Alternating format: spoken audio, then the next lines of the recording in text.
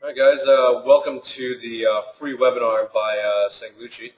Today, this is Asian Persuasion, also Peter Zhang, and we've got Anand Sangri here, Lucci himself. We are going to be talking about the Fiscal Cliff, guys, and exactly what it is, and how it affects your trading, and how to make sure you don't get smoked in this type of market. And just in general, guys, we want you to understand, how the media portrays what the Fiscal Cliff is, and that the markets themselves are cyclical. Fiscal cliff is just another word for a double-dip recession, the first recession, all this. They're all relatively the same thing in terms of how the market interprets it.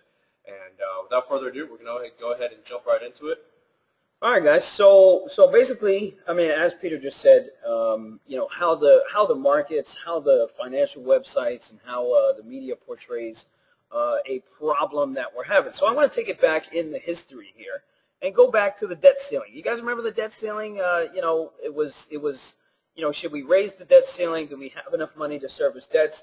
Fiscal cliff is not too far off from the debt ceiling. So if you're looking for an actual definition of the fiscal cliff, this is us not being able to service the debt that we have outstanding. So if we're not taking enough money in for taxes, and we need to cut down on budgets. So that's kind of where all this is coming from. So we had the similar situation when the debt ceiling talks came to a high.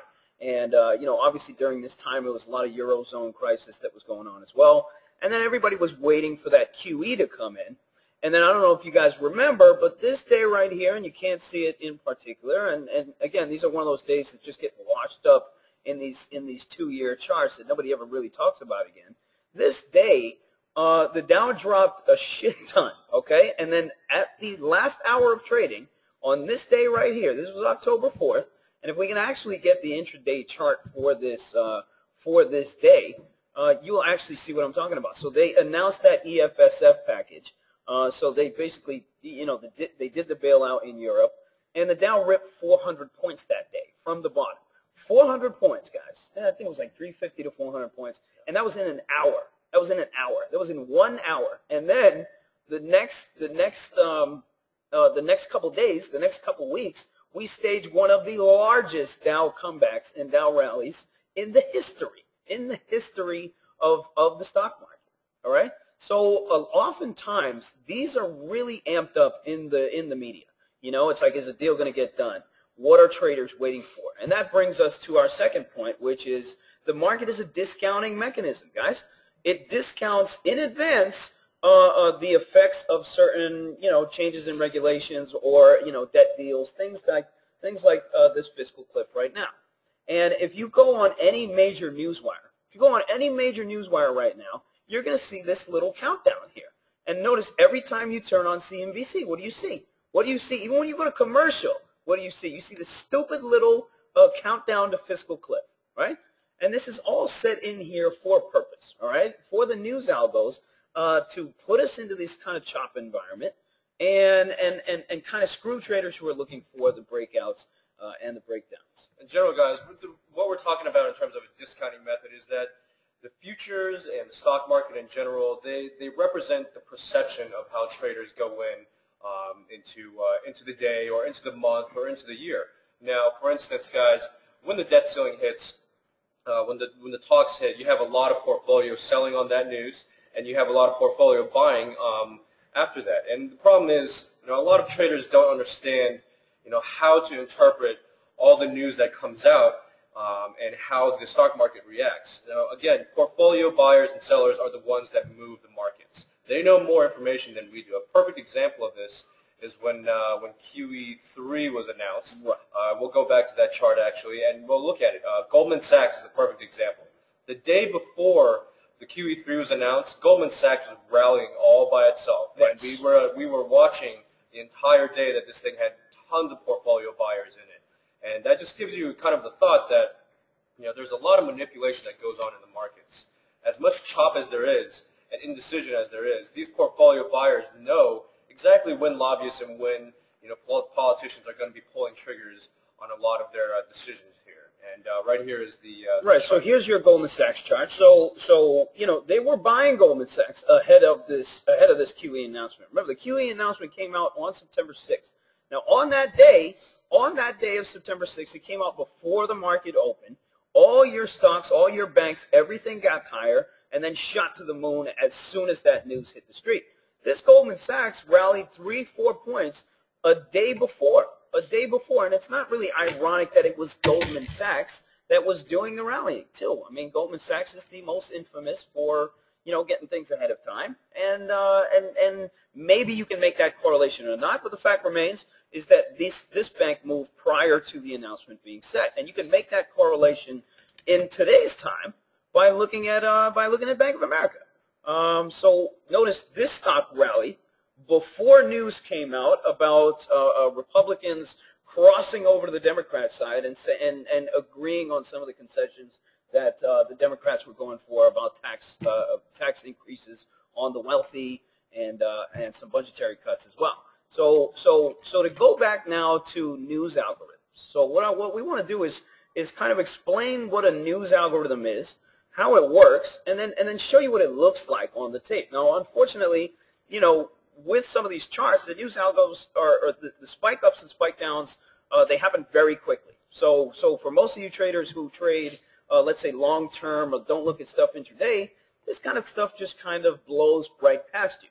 But this is an example right here of when a news algorithm caught news of a, whether it was John Boehner speaking, what is it, John Boehner, John Boehner speaking, or whether it was President Obama coming on to speak about the fiscal cliff, right? And you'll see these huge sweep downs, these big random candles that take the market down 3 or 4 handles. And again, for you long side traders here, this news algo hits, and your trade is done. Your options disappear in value, and you're kind of left holding the bag, asking yourself, okay, well, what the hell do I do now?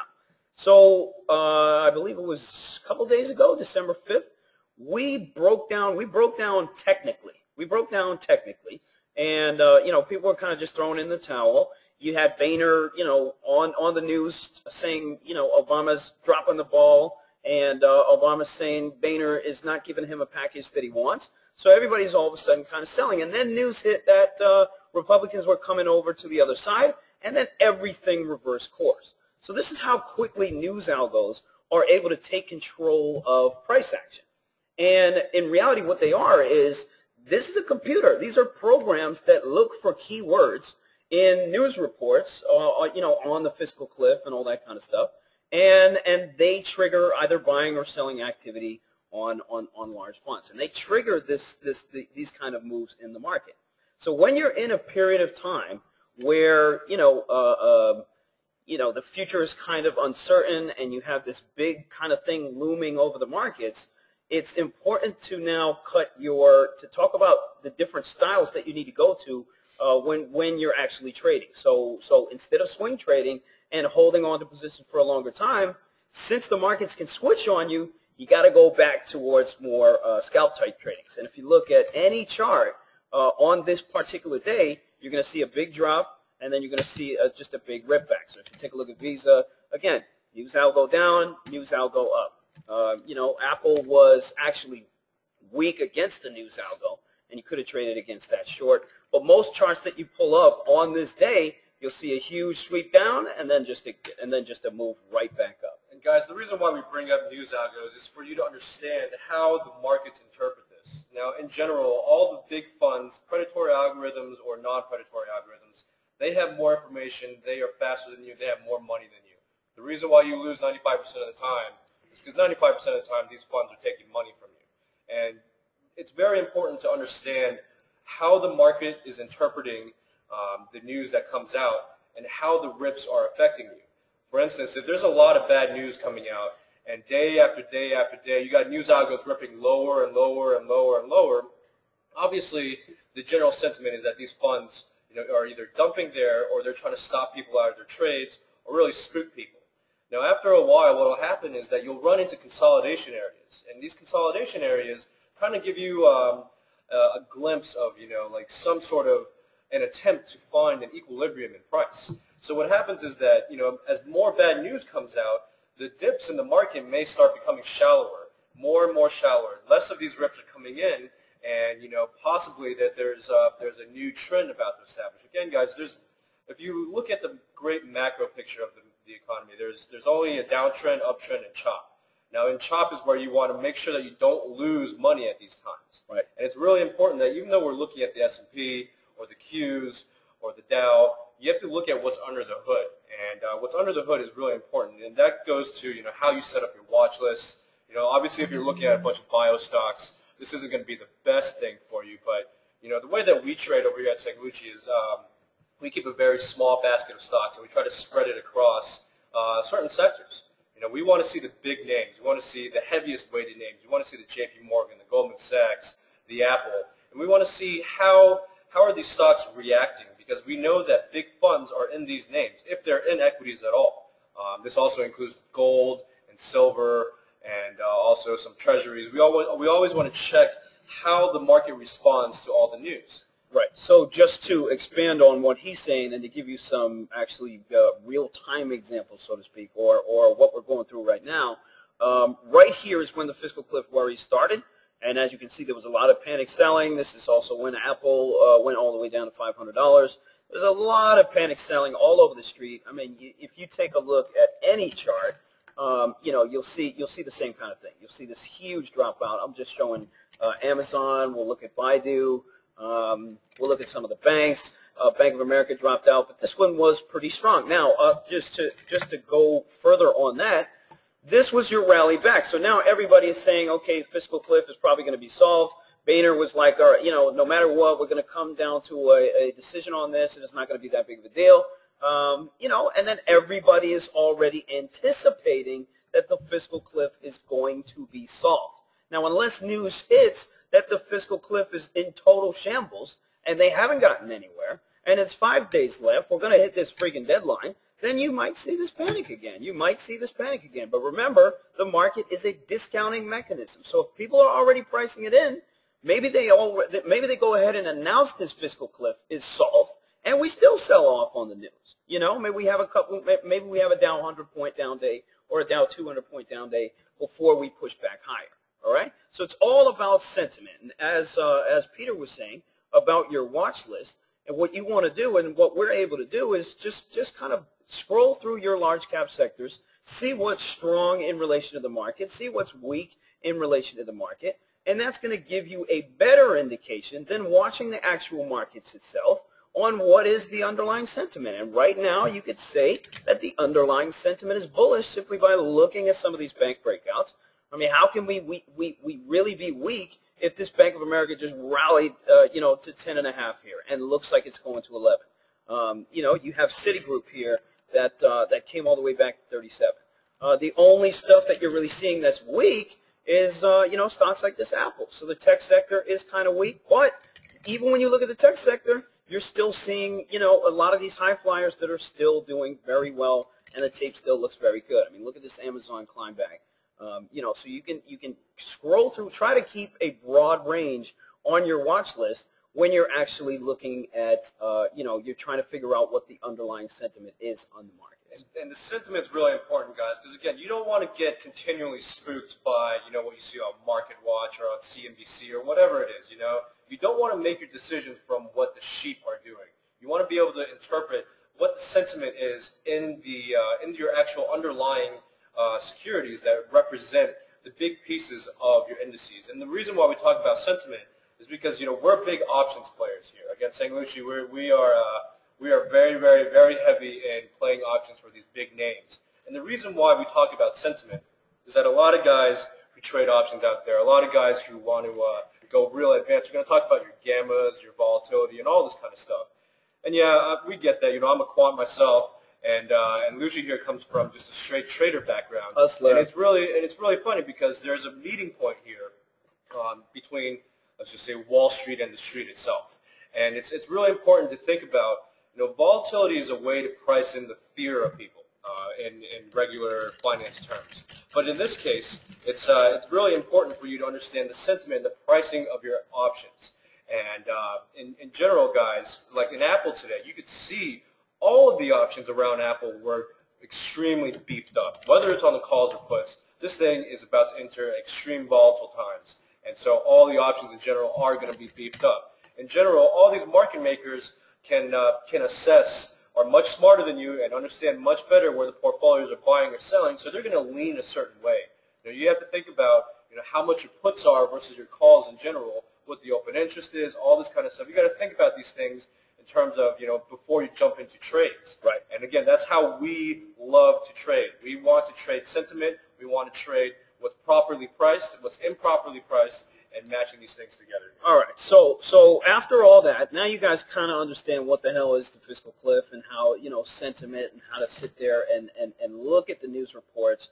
And then watch the news algos as they spike the markets up and down, and try to figure out if they're done and now it's the start of a big move. So how the hell do you trade this shit? Okay, so number one, when you have this when you have this consolidation based off of some big news deadline that is going to hit, whether it's the debt ceiling, whether we're going to get QE, or now it's the fiscal cliff, you have this consolidation. So you got news algos all of a sudden spiking the market up because they hear Obama speaking, and he had some good things to say. Or you have news algos spiking down because Boehner is harassing Obama on acting quicker or whatever the case may be. Once that is all said and done, then it's time to go ahead and put on your swing trades. Once that is all said and done, fiscal cliff is solved, and the market starts trending back higher to 52-week highs, then you can put your swings on. Right now, the only game is, and this is one thing that we teach a lot to our students who take our classes, is to, number one, not lose money, and you can do that by not putting yourself in the situation where you're holding on to something into one of these news algos or into these reports, or you're scalping in and out of your trades. For those of you guys who don't understand scalp trading, that's real second-to-second trading, right? So, if you take a look at any of these stocks, let's say Netflix, and you play the momentum and make sure you're covering on all these rallies as soon as you see your profits. So cut your time frames down. Cut your time frames down like crazy. Instead of holding something for an hour, you're holding something only for 10 minutes or maybe even 5 minutes, right? And you're taking your profits and losses a lot quicker, especially your losses, because they can end up running against you very quickly because of a news algo, because of some kind of spike up in the markets. For all those folks that are shorting this up here and that are using, let's say, the Apple weakness to say, okay, this market's going to tank, that never happened. That never happened, guys. I mean, when have you seen Apple tank 70 freaking points and Bank of America go up? When have you seen that, right? So all those folks who kind of make those correlations are not understanding the underlying sentiment in the market. They're not understanding what's really going on and the reactions to some of this news that is out there. And again, so to go back to trading, cut your time frames down a lot and do not hold that bias. I mean, I know it's easy to get biased in a trade because you're looking at everything looks great. Your moving averages are converging and whatever all this bullshit technical stuff that you guys often take a look at. All of this stuff is saying let's go long, let's go long. You cannot hold on to those biases. You need to be able to drop them quickly, flip sides, or take yourself out of the equation. It's okay to not trade one day. It's okay to not trade in a period that you do not understand or that you can't, you don't have any conviction, or the market is not actually moving in the direction that you want to easily, and it's just kind of chopping up and down. It's perfectly okay to not trade for a couple of weeks until this whole thing is solved, and then we start back on another trend where the money is easier to make. Right now, this is tough money. This is all tough money. And the only way to make money right now, if you're trading large caps, is to stick with the stocks that are moving without the market. Without the market. So this Apple tanked during a day where the stock market was going higher, right? This Bank of America ripped when the stock market was going lower, right? So you need to understand tape and that conviction and that sentiment, and go for the stocks that are trading without the influence of the SPY, of the S&P, of the indexes, whatever the hell it is that you're watching. And overall, guys, just to wrap it up here to bring it to the questions, we've got a lot of people asking questions. A lot of strategies out there for options playing, they're going to teach you the basics. They're going to teach you to do covered calls. They're going to teach you to try to, right volatility or short volatility in times like this. And guys, those strategies are going to get you smoked. You're going to have a lot of problems in execution, a lot of problems in trading. Okay, this is not a time for investments. We can tell you that we're here on Wall Street, and we know exactly what's going on. I just had a meeting at Goldman Sachs the other day, and these guys are all complaining about they don't even know exactly how their execution is done. They don't even understand that a lot of their hedges are affecting the way that they actually trade their own equity. So guys, it's very, very important to understand the effect of your options trades, the effect of your equity trades in certain markets. And again, these are things that we teach in our St. Lucci course, and we're going to go ahead and wrap it up right here and leave it up to questions. We got a ton of questions here. Yeah, we got a lot of questions. So what we're going to do is just scroll through these and just field some of your questions. So in your question box, if you guys know how to use it, you'll see it on your dialog box for GoToWebinar, and you can pop in some questions there. Ricardo was asking, Peter, how do you determine where market makers are leaning? Overall, Ricardo, is that your name? Yeah, Ricardo. Ricardo. You have to watch the tape a lot of times. So what happens is that you need to watch a lot of dark pools. You need to find where all the dark pools are happening. And in general, if you're looking at options, you got to see how your tape is moving on your options. When you throw up a bid, how many more orders are following you? How quickly, if you were to hit in between the bid and the offer, how far do you have to lean to get your fill? Just to give you one example, say we're trading Bank of America, or say we're trading something that has a 1 cent spread. Sometimes you'll be able to get inside the middle, and you can bid to get a price that is lower than the offer to get in. And so this is a little more advanced, guys. But if you get filled in the middle, most likely that market maker is leaning on the short side, because if they fill you in the middle, that means they don't want that stock. They don't have an agreement with you to fill those options or those bids that you're throwing out there. They have no agreement at all with you. So in general, they might have a lean that's leaning towards the buy side or towards the sell side. Again, these are more advanced strategies that require you to be able to look through a lot of dark pools. But again, these are also things that we teach in our class here. Cool. So John Monty is asking, do you exit at a percentage of a spread or a 50% win or loss, or questions? John, we get this question all the time. We get this question all the time, and it's one of the most frequently asked questions by guys who are trying to get into the markets, guys who are trying to learn how to trade. And one thing that we teach in our classes, it's not about a planned entry and exit. It's about reading the tape. It's about understanding the sentiment. Because once you understand how the markets work and how these charts are created through price action on your time and sales, through all the transactions, through all the shares that are being swapped from buyer to seller, you don't truly understand how all of this works. So when you go to exits, when you go to exit a trade, I mean, we are all on the time and sales. So all we are doing is we're on this for every single tick. So for example, if I'm long Amazon and I'm trying to look for an exit, I'm looking at specific things on the tape from reading these transactions to say, okay, is my buyer gone? Is my seller gone? Boom, that's it. End of the trade. Let me get the hell out of here. So that's kind of what I am looking for. But to give you some help starting off, you shouldn't be taking any more than a 30% loss on any of your options positions. I mean, if you're taking more than 30%, you were wrong on that timing anyway. And I usually go for trades that I can make 100% on an option on. I mean, those are kind of vague parameters that I use. So Ricardo is saying, so you're not watching the actual stock tape. Absolutely, Ricardo. We are on the stock more so than we are on the option. But you can get a lot of information by looking at your level 2s on your options. Or if you guys have time and sales for your level 2, you can get a lot of information on the option that you wouldn't be able to get on your actual stock. So for example, if there's a big buyer on the option but the stock hasn't gone anywhere, maybe that's saying like, holy shit, something might happen. I'll give you a perfect example. Before Bank of America put in that crazy move over $10, how many weekly calls were bought that day before, bro? 42,000 contracts were bought at 6 or 7 cents that day before, that day right before. And the next day she opened up 6 cents and shot through $10 and never looked back. So that 6-cent option went to freaking 50 cents the next day, bro. Let's see, what else we got? What else we got? Mushin is saying, how did you trade Apple long today? Okay, so let's see. So you see, when you see these V spike recoveries, guys, that usually means the end of the move on, wherever it started.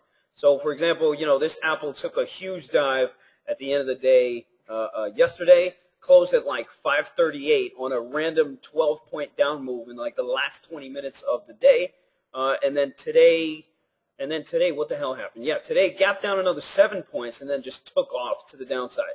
And then as soon as you see these buyers just spike it right back up, you kind of have a feeling like, okay, that could be the reversal. So Mushin, I bought in at like 528. I sold a little bit at like 531 and then got back in up here and tried to catch a little bit of it. I didn't get a lot of this move, man. I did not get a lot of this move because I didn't think she was going to go all the way up to 550. So this Apple was making some crazy ass moves that I didn't anticipate. And guys, we're getting a lot of questions on dark pools, and in general, guys, a lot of things we're talking about right now are things that we feature in our courses. But again, for dark pools, the reason why they're called dark is because you cannot see them. Okay, you have a difference between light pools and dark pools. Light pools you can see, dark pools you cannot. You do not know if that was a bid or if that was an offer going down. You do not know what the true volume behind those dark pools are. So again, guys, it's very, very important for you to understand that when dark pools do come in, those are where professionals are jumping in, and those are where institutions are jumping in, because only those guys have true access to those. Right. Yes, absolutely. So you're not going to see it on your level 2, right? So your level 2 is going to show X, Y, and Z bid and X, Y, and Z offer, and there could be a dark pool in between. The only way to catch a dark pool and to actually find out, if there's a dark pool there is by looking at your time in sales and look for the quotes. So if you see the 4 decimals, 3 decimals, usually that is a dark pool that this transaction got routed to, that it doesn't show up on your level 2. All right, guys. Just to give you a little hint, that's kind of cool. That's just kind of trivia. When you're trying to move the market, or when somebody's trying to go in and trying to really pump up a stock, they need to hit the offer to move a stock higher. They need to remove what is on the light pool book. All right, and a lot of times right now, a lot of funds, what they're trying to do, they don't want to give any signals on when they're actually moving the markets. Right. And so when you route to a dark pool, you don't move the market. You stay completely anonymous. Nobody sees you jumping into things. Absolutely. That's just a little taste, guys. Again, this is stuff that we do teach in our courses. Yes. And Arvind is asking, what do you think about Google tomorrow, $700? I think yes, only if the SPY is able to push to like 142.5. I know you probably got caught, a couple times trying to buy this. Another thing we teach in our class is timing. A lot of people end up buying an option. Let's say this Google. Let's go to this Google. Let's go to this Google $700 roll here. Let's see what the hell she's doing. I think she was trading like $1 or something. Oh, actually, shoot, I saw it at like $1.25, and that was up around here. And notice the time decay. They crushed this thing. So nobody's paying anything for this. So she's trading about 50 cents. Tomorrow she'll open probably at like 30 cents. This option will open at 30 cents because it's 10 points away. Option expires tomorrow. Nobody has much faith in here. So this is the timing aspect of it. Remember, you could have bought this same option here for $1.25. You could have bought it here for $1.50. You could have bought it here for $1, and then look what's happening to you. All that time decay is just raping you. All right. So a lot of it has to do with timing, which we do teach in our classes as well. So let's see. Think we are looking at a gap in the morning on Apple. Call Miss Cleo, bro. Let's see. Greg is saying, what's your take on the action in First Solar?